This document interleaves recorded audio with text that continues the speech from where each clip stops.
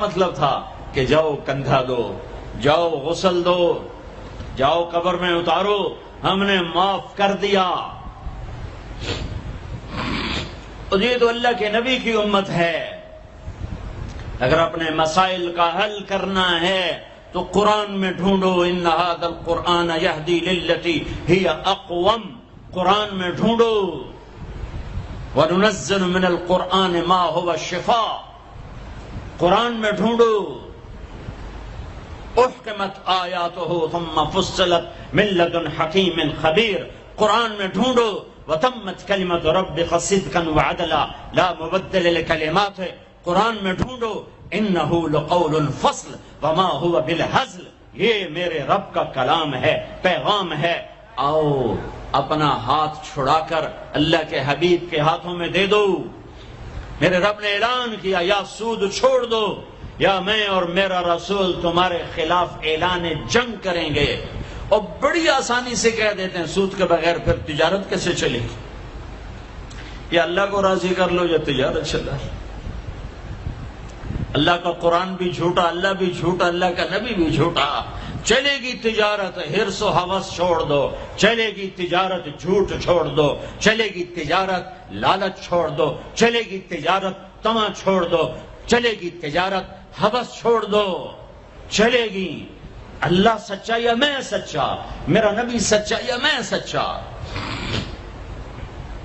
میرے بھائیوں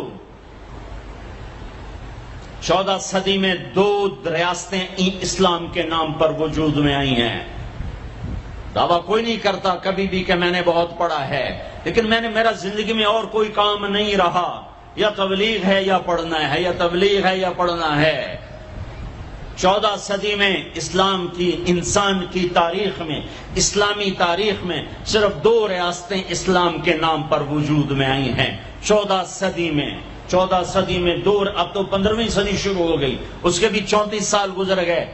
2 ریاستیں اسلام کے نام پر وجود میں آئیں، ایک پہلی صدی میں مدینہ کی ریاست اور ایک 1947 میں پاکستان کی ریاست۔ اور میں اللہ پہ قربان جاؤں، اللہ نے اس خطے کو رمضان میں وجود بخشا اور 27ویں رات میں وجود بخشا۔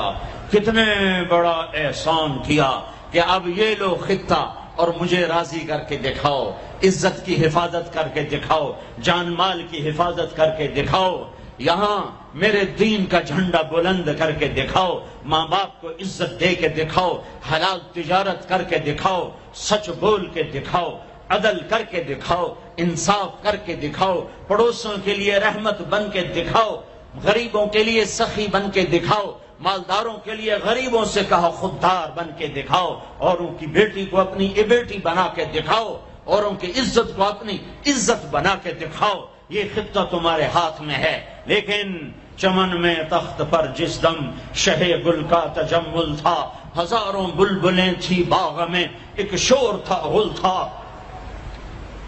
کھلی جب آنکھ نرگس کی نہ تھا جز خار کچھ باقی۔